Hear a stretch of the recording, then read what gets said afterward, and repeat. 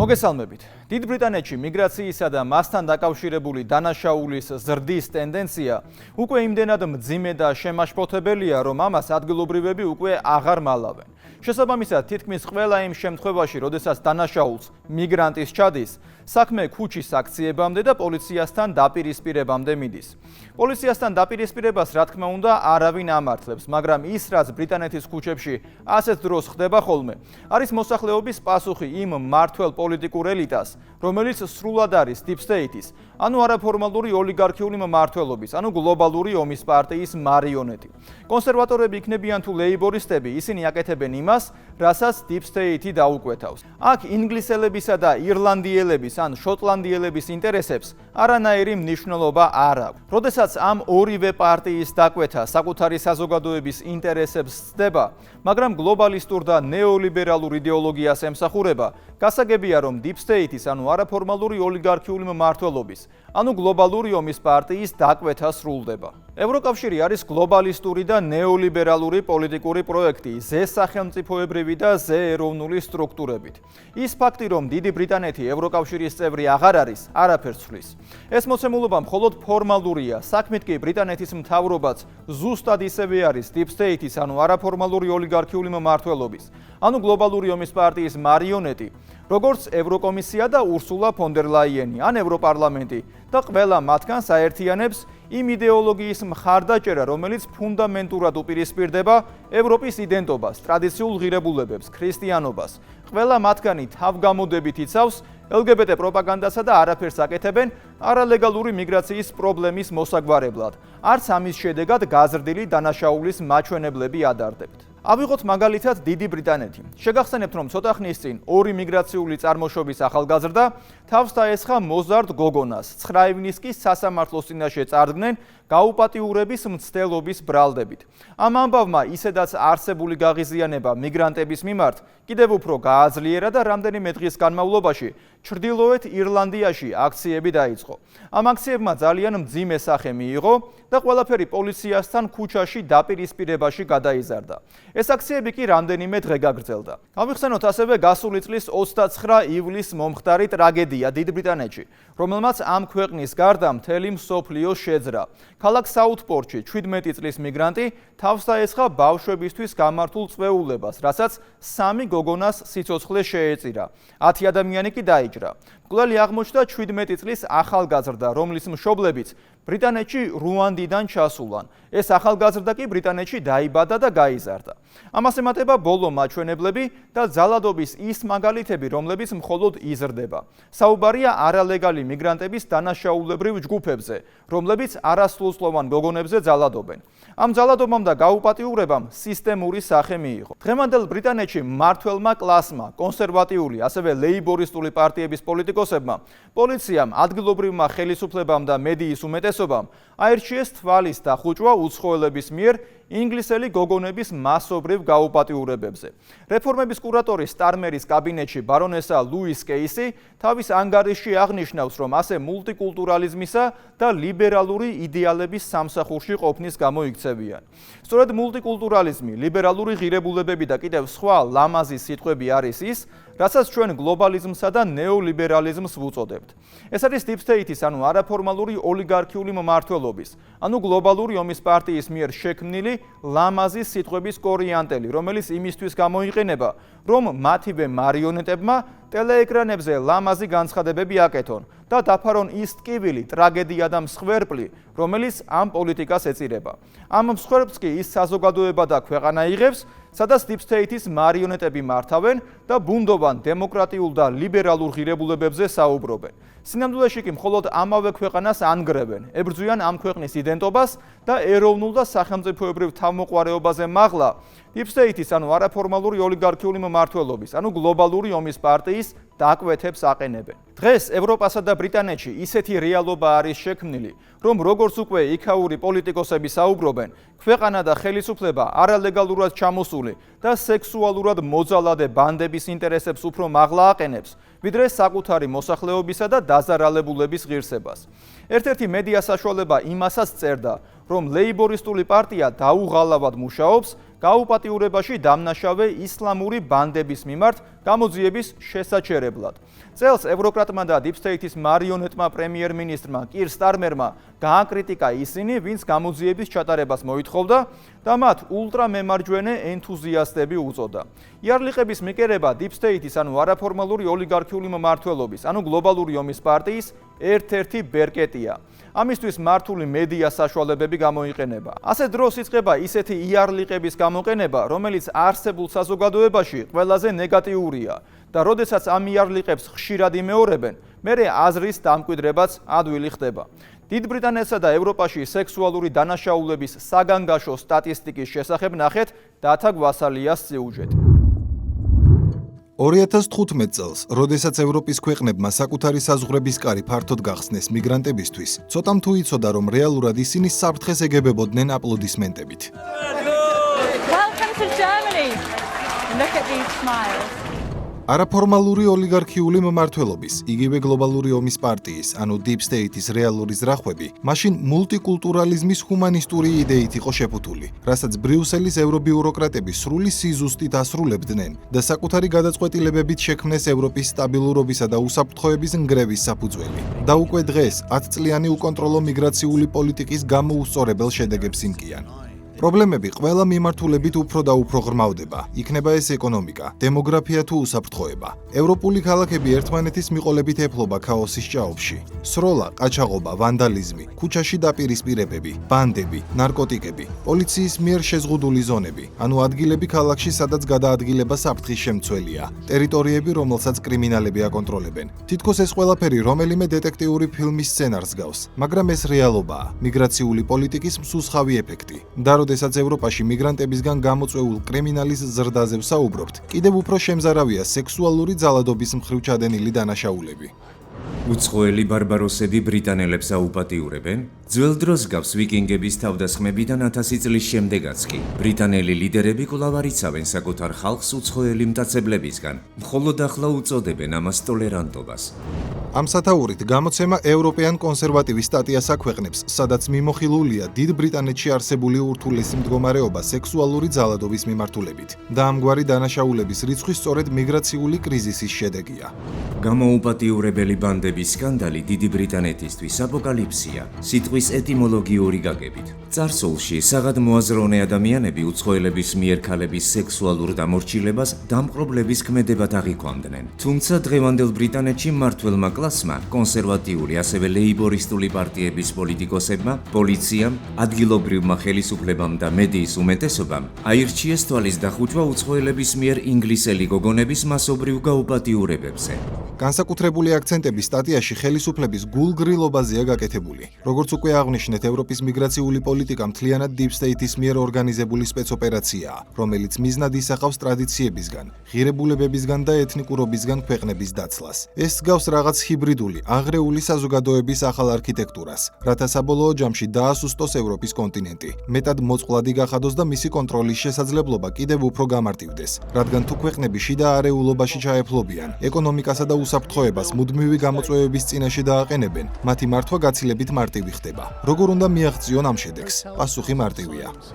ლეიბორისტული პარტია დაუღალავად მუშაობს გამაუპატიურებელი ისლამური ბანდების მიმართ გამოძიებების შესაჩერებლად. პრემიერ-მინისტრმა კირ სტარმერმა გააკრიტიკა ისინი, ვინც გამოძიების ჩატარებას მოითხოვდა და მათ ულტრამემარჯვენეების ენთუზიასტები უწოდა. ბრიტანელმა ოფიციალურმა პირებმა უარი თქვეს მოძალადეებზე ეთნიკური მონაცემების შეგროვებაზე. ეს შემთხვევითი არ ყოფილა. მათ არ სურთ, რომ ჩანაწერებში ნაჩვენები იყოს, რომ მოძალადეები მუსლიმები არიან, ძირითადად ეთნიკური პაკისტანელები. ერთ-ერთ ინტერვიუში ბარონესა კეისიმ თქვა, მე ვაკვირდებოდი ბავშვის ფაილს არქივში და აღმოვაჩინე, რომ სიტყვა პაკისტანელი თეთრი მარკერით იყო გადაშლილი. სტატისტიკის თანახმად, დიდ ბრიტანეთში 2002 წლიდან 2014 წლამდე გაუპატიურების მაჩვენებელი დაახლოებით ერთ დონეზე იყო, ხოლო მას შემდეგ, რაც 2015 წელს ევროპამ და ცხადია გაერთიანებულმა სამეფომაც მიგრანტების კოლოსალური რაოდენობის მიღება დაიწყო, მაჩვენებელი კრიტიკულად იმატებდა. შედეგად 2002 წლის მონაცემებს თუ შევადარებთ 2024 წლის უახლეს შედეგებს, სექსუალური ძალადობის აღრიცხულ ფაქტებში 452%-იანი ზრდაა. მიგრაციული კრიზისი, რომელიც მსგავსი სტატისტიკების არსებობის მიზეზია, რომ ხელოვნურად ინსპირირებულია, ამაზე ბრიტანელი ჟურნალისტებიც საუბრობენ. საერთოდ არ მიკვირს, რომ კაცის წინააღმდეგ, რომელიც თავშესაფრის მაძიებელთათვის განკუთვნილ სასტუმროში იმყოფებოდა, გაუპატიურების ბრალდება შეგნებულად დამალეს. გამოიცანით რატომ? ოფიციალური პირები საზოგადოებაში დაძაბულობის გამწვავებას ერიდებოდნენ. ეს უკვე ყელში ამოვიდა. Daily Mail-ში შესანიშნავი გამოძიება გამოაქვეყნეს. მათ მოინახულეს მანსტონი, იმიგრანტების ერთგვარი ინდუსტრიული გადამამუშავებელი ცენტრი. იქიდან წამოსული ინფორმატორები ამბობენ, რომ იმ კაცებს ცრუ ინფორმაციებს აწვდიან. მათ შორის ისეთებიც არიან, რომლებსაც სხვა ქვეყნებში კრიმინალური წარსული აქვთ და ასე შემდეგ. მათ აინტერესებთ, როდის მივიღებთ სახლს, როდის მივიღებთ სასტუმროს ნომერს. ისინი აბსოლუტურად ჩამოიტყუეს. მინდა ვნახო პოლიციის უფროსები, მაღალი თანამდებობის პირები, რომლებიც პასუხს აგებენ საკუთარი მოვალეობების უგულებელყოფისთვის. ეს ამონარიდია GB News-ის დოკუმენტური ფილმიდან, რომლის შესავალშიც ავტორი აღნიშნავს, რომ 10 წლების განმავლობაში სექსუალურ დანაშაულზე პოლიციას და პოლიტიკოსებიც თვალს ხუჭავდნენ. მსხვერპლთა უმეტესობა თეთრკანიანი, ხოლო მოზალადეთა უმეტესობა მიგრანტები იყვნენ და დანაშაულის დაფარვას და მასზე რეაგირების არ მოხდენას ხელს უწყობდა ფაქტი, რომ ვინც დამნაშავის დასჯას ითხოვდა, ის რასისტად ცხადდებოდა. ესეც Deep State-ის მიერ ევროპისთვის თავსმოხვეული ეგრეთ წოდებული ჰუმანისტური პოსტულატია, რომლის თანახმადაც თუ მიგრაციულ პოლიტიკას და მიგრანტს მიუხედავად მისი კრიმინალური საქმიანობისა ვინმე გააკრიტიკებს, ან მიგრანტის დასჯას მოითხოვს, ის რასისტად და ფაშისტად ცხადდება. სასამართლო, მედია თუ საზოგადოებრივი ინსტიტუტები, რომლებიც ყოველთვის დამნაშავის ან ეჭვმიტანილის მხარეს დგანან და არა მსხვერპლის, და ის სწორედ ესაა ის რეალობა, რაშიც ხალხი ყოველ დილას იღვიძებს.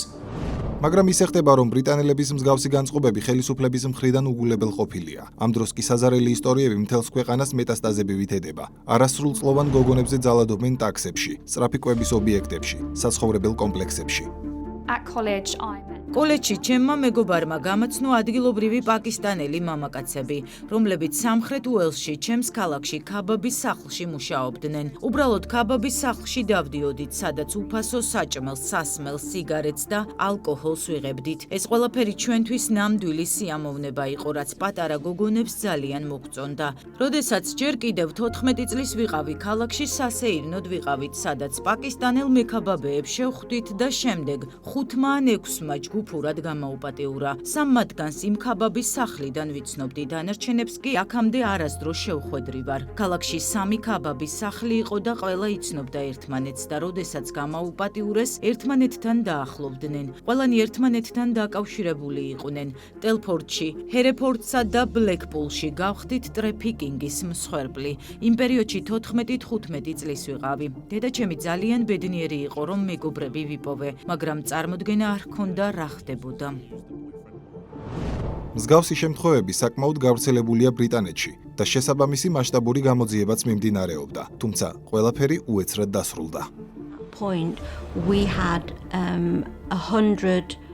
იმ მომენტისთვის ჩვენ უკვე გვქონდა ბაზაში 100-მდე პედოფილი, რომლებზეც ვიცოდით, რომ ბავშვებს აუპატიურებდნენ. ასევე დაახლოებით 3 ათეული ბავშვი ყავდა იდენტიფიცირებული როგორც ძალადობის მსხვერპლი. ეს დიდი გამოძიება იყო სრული მასშტაბით, სრული სერიოზულობით. ჩემი სამუშაო შესრულებული მქონდა და დასვენებაზე სიხარულით და კმაყოფილებით გავედი, რადგან მეგონა, რომ იმ კაცებს გაასამართლებდნენ. არც ერთი მოძალადე არ დაუსჯიათ. ვერანაირი პასუხი ვერ მივიღემ, მხოლოდ ის მითხრეს, რომ მტკიცებულება არ იყო საკმარისი სისხლის სამართლებრივი დევნის დასაწყებად. იმ საქმეზე პირველივე დღიდან მუშაობდი, ვიცოდი, რომ მტკიცებულებები გქონდა. An 18-year-old girl from Herford in East Westphalia, Germany. აღმოსავლეთ გერმანიის ქალაქ ჰერფოში მცხოვრებმა 18 წლის გოგონამ წარმოუდგენელი კოშმარი გადაიტანა. ის 7-მა პირმა, 6-მა კაცმა და 1-მა ქალმა გაუპატიურა. 2 ეჭვმიტანილი, 2-ვე ერაყელი უკვე დააკავეს. 4 ეჭვმიტანილს გერმანიის მოქალაქეობა აქვს, ხოლო 1 გერმანელ სირიელია. კიდევ ერთი ჯგუფური გაუპატიურება მოხდა ამ შემთხვევიდან ერთი კვირით ადრე, გვიან ღამით, ზაარლანდის რეგიონში მდებარე ქალაქ აირონში. ამ შემთხვევაში მსხვერპლი 30 წლის კაცი იყო, რომელიც საავადმყოფოში მკურნალობდა. პოლიციამ 4 ირანელი მიგრანტისთვის დაპატიმრების ორდერი მოითხოვა, თუმცა 2 მათგანი კვლავ თავისუფალია. სტატისტიკა აჩვენებს, რომ გერმანიაში ყოველ დღე საშუალოდ 1 ადამიანი ხდება ჯგუფური გაუპატიურების მსხვერპლი. შინაგან საქმეთა სამინისტროს მონაცემებით, ჯგუფური გაუპატიურების შემთხვევების 78.1%-ში დამნაშავე პირები მიგრანტული წარმოშობის არიან. გონივრულად მოაზროვნე ნებისმიერი ადამიანი ხვდება, რომ მსგავსი სოციალური მიგრაცია სახიფათოა და დასავლური ქვეყნები ამას რეალურად ეჯახებიან. 2015 წელს გერმანელები ოვაციებით შეეგებნენ ჩასულ მიგრანტებს. პროპაგანდა ამბობდა, თუ როგორი ჰუმანურია ეს ყველაფერი, რომ მულტიკულტურალიზმი მშვენიერია, მაგრამ ზუსტად 1 წელიწადში 2016 წელს კიოლნში ახალი წლის საღამო წარუშლელ კვალს დატოვებს გერმანიის ისტორიაში, როდესაც სავარაუდოდ არაბული და ჩრდილოეთ აფრიკული წარმოშობის მიგრანტები ასობით გერმანელ გოგონაზე სექსუალურად იძალადებენ. Group of 20 or 30 men that just surrounded us. They touched us everywhere they could. სექსუალური ძალადობის ბუმმა მოიცვა საფრანგეთიც. 94,000 გაუპატიურება წელიწადში და ეს მხოლოდ ოფიციალურად აღრიცხული ციფრებია. და მიუხედავად ამისა, საფრანგეთის მთავრობაც გულგრილად ეკიდება მიგრანტების მიერ ჩადენილ დანაშაულს და ზედმეტად ლოიალურია მათ მიმართ, რასაც ერთი კონკრეტული შემთხვევა სრულად აღწერს, რომელიც 2016 წელს მოხდა. ის ტაქსის მძღოლი იყო, გვიანი ღამე იყო, არ უნდა ჩაუმჯდარიყავი. ახალგაზრდა ვიყავი და მთელი ეს დრო საკუთარ თავს ვეუბნებოდი, უნდა მეგრძნო რაც მოხდებოდა. 3 დღის შემდეგ ის პოლიციაში წავიდა, მაგრამ მის პრობლემას სათანადოდ არ მოეკიდნენ, რადგან საქმე მიგრანტის მიერ ჩადენილ დანაშაულს ეხებოდა. ვიმყოფებით პოლიციის შენობის წინ, სადაც საბოლოოდ მოვახერხეს საჩივრის დაწერა. იმ დღეს 3 სხვადასხვა განყოფილება მოვიარე. პირველიდან პირდაპირ ძალით გამომაგდეს და როცა ბოლოს საჩივრის დაწერა შევძელი, არაფერი მოხდა. არადა აღმოჩნდა, რომ მოძალადე პოლიციისთვის უკვე ცნობილი იყო. მას წარსულში ერთხელ უკვე მისჯილი ჰქონდა 1 წლით პატიმრობა სექსუალური ძალადობისთვის. კარინას შემთხვევიდან 10 დღის შემდეგ მოძალადემ კიდევ ერთი ქალი გააუპატიურა. პროკურორმა მხოლოდ ამის შემდეგ აღძრა საქმე და საბოლოოდ შემთხვევიდან 6 წლის თავზე მოძალადეს 4 წლიანი პირობითი პატიმრობა მიესაჯა. აქედან 2 წლით ელექტრონული სამაჯურის ტარება. ანუ სერიულმა სექსუალურმა მოძალადემ სასამართლო დარბაზი იმ დღესვე დატოვა. რთული სიტუაციაა პოლონეთშიც. აქ საინტერესო ის არის, რომ პოლონეთისთვის მიგრანტების საფრთხე აღმოსავლეთიდან კი არ მოდის, არამედ უკვე ცენტრალური ევროპის ქვეყნები იქცნენ თავად საფრთხედ მეზობლებისთვის და პოლონეთშიც მიგრანტები ძირითადად გერმანიიდან გადადიან. შემდეგ კი ხდება ის, რაზეც სეიმის წევრი მერეკ იაკუბიაკი საუბრობს. ადამიანებს ეშინიათ საკუთარი ცოლების, დედების, შვილების გამო. და ამ საკითხებზე დონალდ ტუსკისა და მისი კოალიციის მხრიდან გაურკვეველი ბუტბუტი ადამიანებში ისეთ შეგრძნებას იწვევს, თითქოს ეს არის შეგნებული მცდელობა პოლონეთის ეროვნულობის და მთლიანობის ნგრევისა. მიგრაციული კრიზისის ქალებზე ძალადობაში გამოვლინება ხდება შვედეთშიც. Swedes are most scared of. ერთ-ერთი რამ, რისიც შვედებს ყველაზე მეტად ეშინიათ, არის გაუპატიურება. მიუხედავად იმისა, რომ აკრძალულია მოძალადეების ეთნიკური წარმომავლობის ან რელიგიური სტატუსის სტატისტიკის შენახვა, ჩვენ ვიცით, ვინ დგას შვედეთში გაუპატიურებების თითქმის 500%-იანი ზრდის უკან. თითქმის ყოველ დღე შეგვიძლია წავიკითხოთ ეგრეთ წოდებული ალტერნატიულ მედიაში შვედი ქალებისა და გოგონების მიმართ თავშესაფრის მაძიებლების ან მესამე სამყაროს სხვა მიგრანტების მიერ ჩადენილი გაუპატიურებების შესახებ. რამდენიმე ათეული წლის წინ არავის გაუგია ჯგუფური გაუპატიურების შესახებ. ახლა ეს ყოველ კვირას ხდება. შარიათის კანონი უფრო მნიშვნელოვანი ხდება ვიდრე შვედეთის კანონი. ევროპაში მიგრაციული ლიბერალური პოლიტიკის შედეგად ამგვარ სიგიჟეებსაც შეხვდებით. მიგრანტი, რომელმაც 2 ქალი პოლიციელის სცემა რჩება ქვეყანაში და არ მიდის ციხეში, რადგან მოსამართლის თქმით, 20 წლის ასაკში მისი ტვინი სრულად არ იყო ჩამოყალიბებული და შესაბამისად ის გამართლებულია. ასე რომ, როდესაც ევროპაში გაზრდილ კრიმინალსა და გაუპატიურების მაჩვენებლებზე ვსაუბრობთ, რომლის უკანაც მიგრანტები დგანან, სახელმწიფოები კი სათანადო ზომებს არ მიმართავენ, ცხადი ხდება, რომ ეს ხელოვნურად გარედან თავსმოხვეული კრიზისია, რომელიც არაფორმალური ოლიგარქიული ოჯახების მმართველობის, იგივე Deep State-ის კარნახით ხორციელდება. და რადგან მათ აქვთ გავლენა ადგილობრივ მთავრობებსა და ბრიუსელის ბიუროკრატიაზე, ისინიც მიგრაციულ პოლიტიკას ხელს უწყობენ, ხოლო მისგან გამოწვეულ დანაშაულებზე თვალს ხუჭავენ. ხელისუფლება, სასამართლო, პოლიცია, როგორც ვნახეთ, ერთი მათი სისტემის ნაწილს წარმოადგენენ და მიგრანტების დანაშაულის დაფარვასა და მიგრაციული პოლიტიკის პოპულარიზაციაში გადამწყვეტი როლი აქვს მეინსტრიმ მართულ მედიასაც. I'm reporting this because no other television news channel will. Be warned. მე ამ ყველაფერს ვაშუქებ, ვინაიდან ამას სხვა არც ერთი არხი არ გააშუქებს. ინფორმაცია, რომელზეც მსურს ვისაუბრო, შემზარავია. სირიელი და ქუვეიტელი ადამიანების ჯგუფმა, რომელიც ჯგუფურ გაუპატიურებაში ამხილებული, ნიუკასლში მცირეწლოვანი გოგონა გაუპატიურა. ხოსე ალაბიმ და ომარ და მუჰამედ ბადრედინი 13 წლის გოგონა არაერთგზის გაუპატიურეს და მას ფიზიკური და ფსიქოლოგიური ტრავმა მიაყენეს, რომელიც სამუდამოდ გახვევა. მეოთხე მონაწილე, რომელიც ქუვეიტელი ალ-სალმია, გოგონას გაუპატიურების მომენტში იცინოდა, მაგრამ ეს ამბავი კიდევ უფრო შოკის მომგვრელი ხდება. ომარ ბადრედინი სხვა სექსუალური ძალადობისთვის 2016 წელს გამართლდა.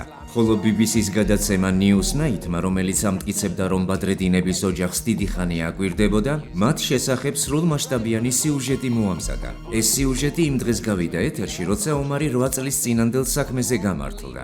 მას ქვია დაუსჯელად ჯოჯოხეთამდე და უკან. ერთი სირიული ოჯახის თავგადასავალი დიდ ბრიტანეთში თავშესაფრის მიღების შემდეგ. სიუჟეტის პოპულარიზაციისას Twitter-ით გავრცელდა აზრი, თითქოს ომარი დიდ ბრიტანეთში ნამდვილი ჯოჯოხეთის გავლით მოხვდა.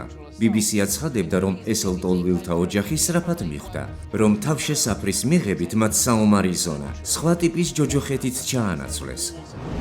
ასე ცდილობდა მეინსტრიმ მედია, რომელიც ასევე Deep State-ის გავლენის ქვეშაა, მიგრანტების ისტორიების წარმოჩენას. მიგრანტების, რომელიც პოტენციური მოძალადეები იყვნენ. უკონტროლო მიგრაციული პოლიტიკა, რაც ევროპას გარედან თავს მოახვიეს, უკვე იქცა განუკურნებელ სენად, რომელიც დიდი ხანია კონტროლიდან გამოვიდა. და რადგან ევროპული ქვეყნების უმრავლესობას არაფორმალური, ოლიგარქიული მმართველობის, იგივე Deep State-ის ქვეშ მოქცეული ხელისუფლებები მართავენ, ნიშნებიც კი არ ჩანს, რომ ევროპა ოდესმე აღიდგენს უსაფრთხოებისა და სიმშვიდის ძველ რეპუტაციას.